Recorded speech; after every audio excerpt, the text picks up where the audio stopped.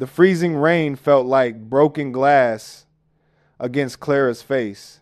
She refused to run for cover. Instead, she threw her small, fragile body over the cracked clay oven. Inside that oven was the last batch of organic agarwood. Muddy river water poured over her shoulders as a heavy boot kicked the side of the wooden still. Marcus stood under a massive black umbrella just a few feet away. He was wearing a custom Italian suit that cost more than Clara's entire harbor house. He laughed as his hired men smashed her glass vials on the cobblestones. "You actually think this garbage smells good?" Marcus sneered. "Your pathetic little mud hut is getting bulldozed tomorrow morning. I don't care if your mother is inside, coughing her lungs out. This land belongs to my new VIP resort now." Clara did not scream or fight back. She knew she did not have the physical strength to stop them. She was born with a slight curve in her spine that made her look smaller than she was. People in the town often whispered cruel things about her posture, but Clara possessed something none of them had. She had a deeply gifted sense of smell. She could detect the faintest notes of wild orchids and ancient mangroves from miles away.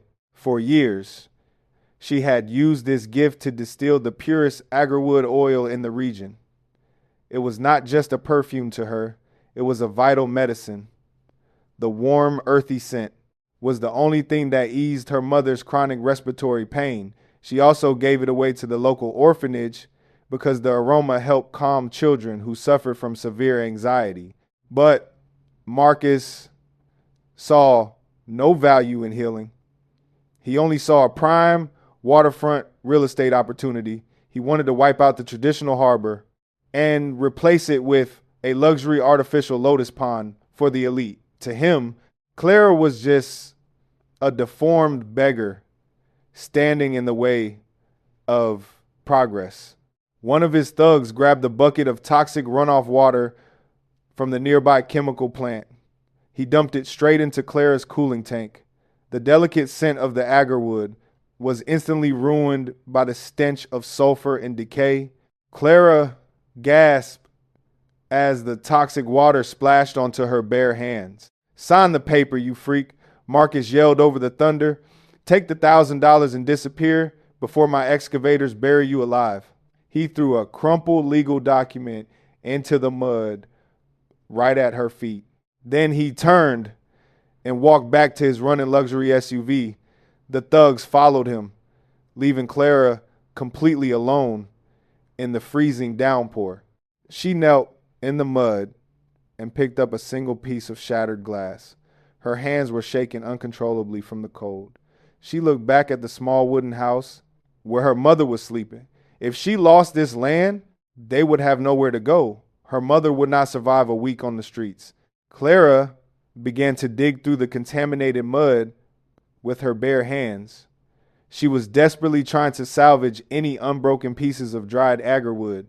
The storm was getting violently worse. Massive waves crashed against the stone docks. The wind howled through the cracks in the wooden beams. Suddenly, the heavy oak door of her distillation shed blew open. A man stumbled inside, carrying a little girl in his arms. They were both soaking wet and shivering violently. The man looked like a common laborer in his worn-out jacket and muddy boots. His face was pale with absolute terror. "Please," the man begged, his voice cracking. "My car broke down on the coastal road, and my daughter is freezing.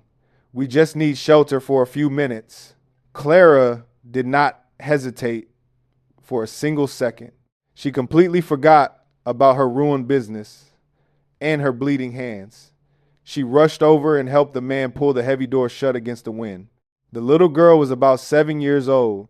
She was covering her ears and rocking back and forth in sheer panic. The loud thunder and the unfamiliar environment were sending her into a severe sensory meltdown. The man tried to hug her, but she pushed him away, completely overwhelmed. "She has severe autism," the man explained frantically. "The storm is too loud for her, and she cannot speak to tell me what hurts." Clara recognized that specific kind of panic immediately. She had seen it many times at the local orphanage. She quietly walked over to a small wooden cabinet that Marcus's men had missed. She opened the bottom drawer and pulled out a thick, dry woolen blanket. This blanket had been stored next to the curing agarwood chips for over a year. It was deeply infused with the incredibly soothing, warm scent of the organic resin. Clara gently approached the little girl.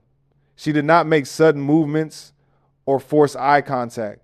She just held the blanket out and let the natural aroma waft through the cold air. The little girl stopped rocking. For a fraction of a second, her nose twitched slightly as she caught the scent. It smelled like safety, like ancient trees and warm earth. Slowly, the girl reached out and grabbed the edge of the blanket. Clara gently draped it over her small shoulders. Almost instantly, the little girl buried her face in the fabric.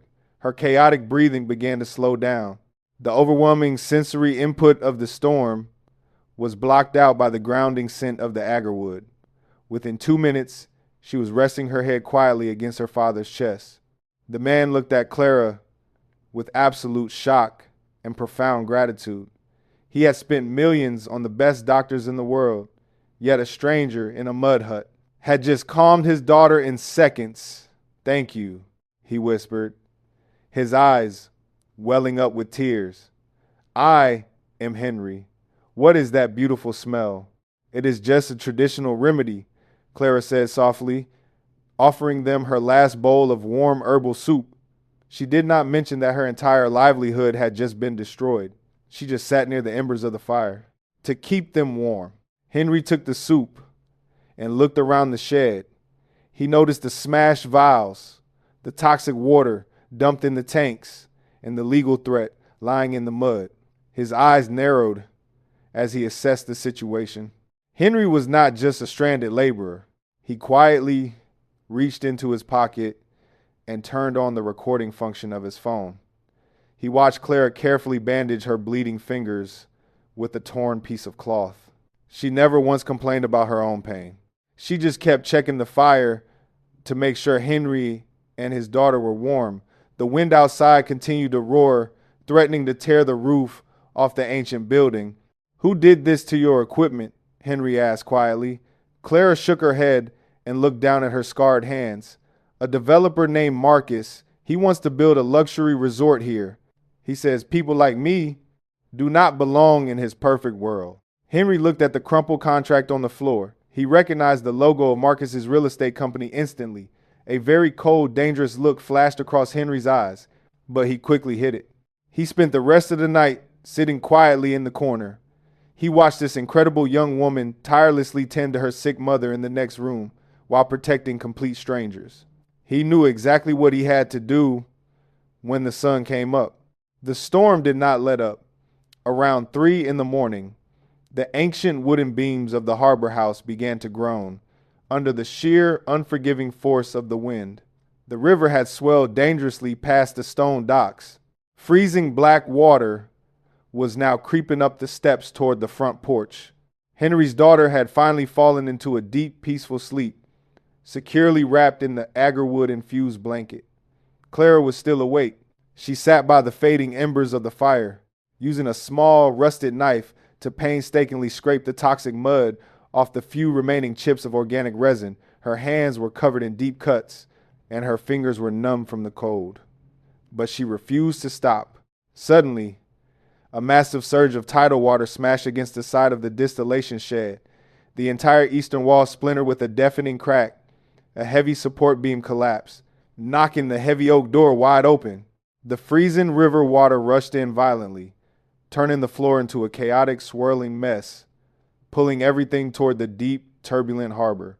The little girl woke up screaming in absolute terror as the rushing water swept her warm blanket away. She slipped on the slick, mud-covered floorboards and tumbled backward toward the open doorway. Henry lunged for her, crying out her name, but his heavy, waterlogged boots slipped on the clay. He crashed hard into the wooden wall, missing her hand by an inch. Clara did not think. She knew she was not a strong swimmer. She knew her curved spine made it incredibly painful and difficult for her to fight a strong current. But she threw her small, fragile body into the freezing, chaotic water. Just as the little girl went under, Clara grabbed the back of the girl's shirt with her scarred, bleeding hands. The current was terrifyingly strong. It was pulling them both away from the shed and toward the open harbor, where the dark water was over 50 feet deep. Clara kicked desperately, swallowing mouthfuls of freezing, muddy water. She used her own body as a physical shield against the heavy floating debris of her ruined business. She pushed the little girl upward with all her remaining strength, keeping the child's head above the surface, even as Clara herself was pushed under the violent waves. Her lungs burned like fire.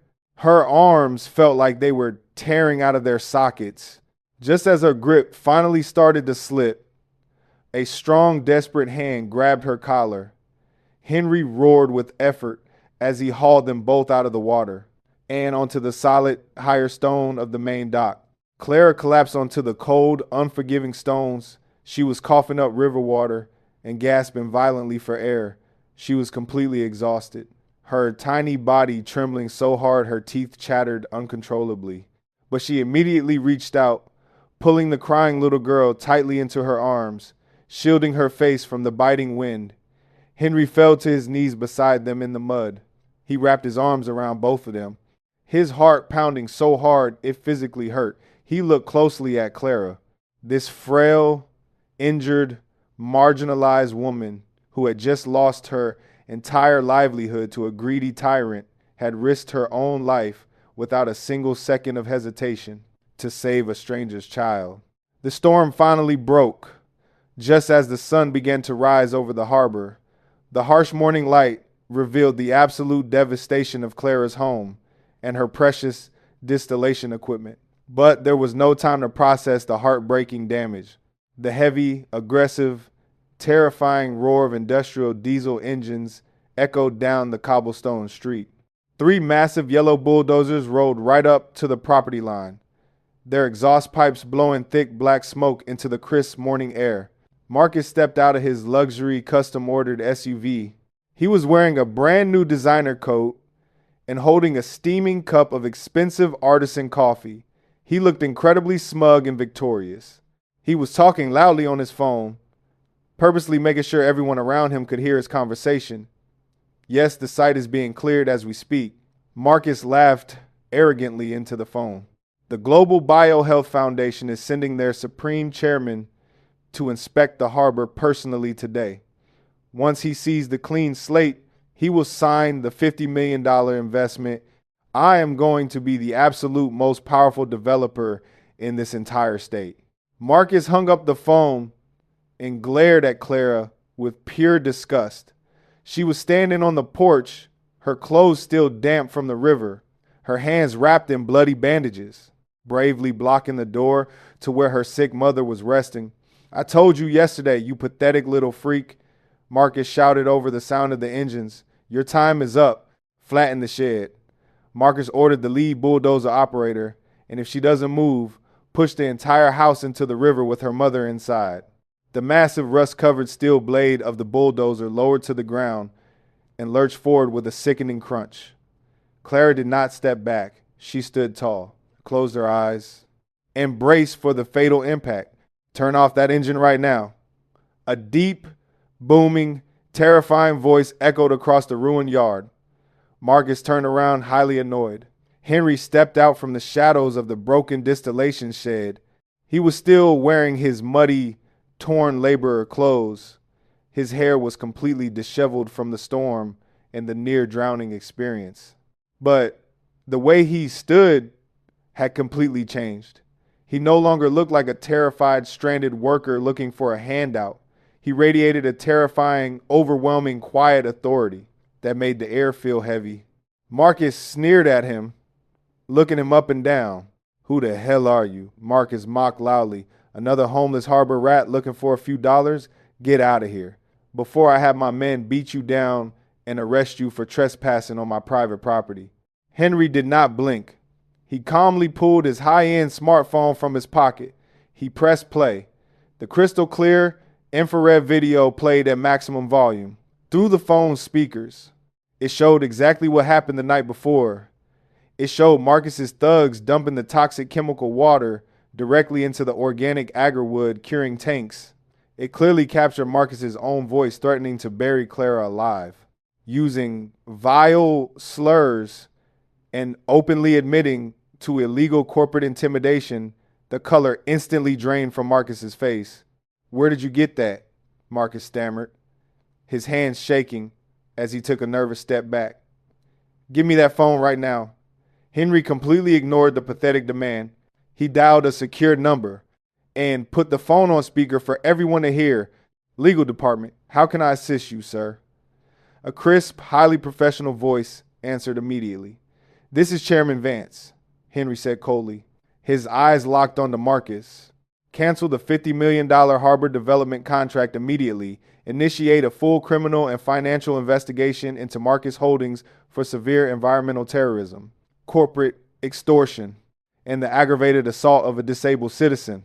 And call the local police chief directly. I want a federal arrest team here in exactly 5 minutes." Marcus dropped his expensive coffee cup. It shattered into pieces on the cobblestones, the hot liquid splashing against his designer shoes. His arrogant, cruel smirk was completely gone, replaced by absolute paralyzing horror. You are Henry Vance?" Marcus whispered, his knees buckling under his own weight. "The supreme chairman of the Global Biohealth Foundation?" "I was the man you were supposed to meet today," Henry replied, taking one step forward. "Now, I am the man who is going to make sure you never see the outside of a maximum security prison cell again." Marcus fell to his knees right there in the freezing mud. He began to beg hysterically. He cried openly in front of his own men. He frantically offered Clara millions of dollars in personal compensation if she would just delete the video. But Henry simply turned his back on him. As the loud blaring sirens of 6 police cruisers began to wail in the distance, rapidly approaching the harbor. 6 months later, the harbor did not look like a sterile, artificial luxury resort for the corrupt elite.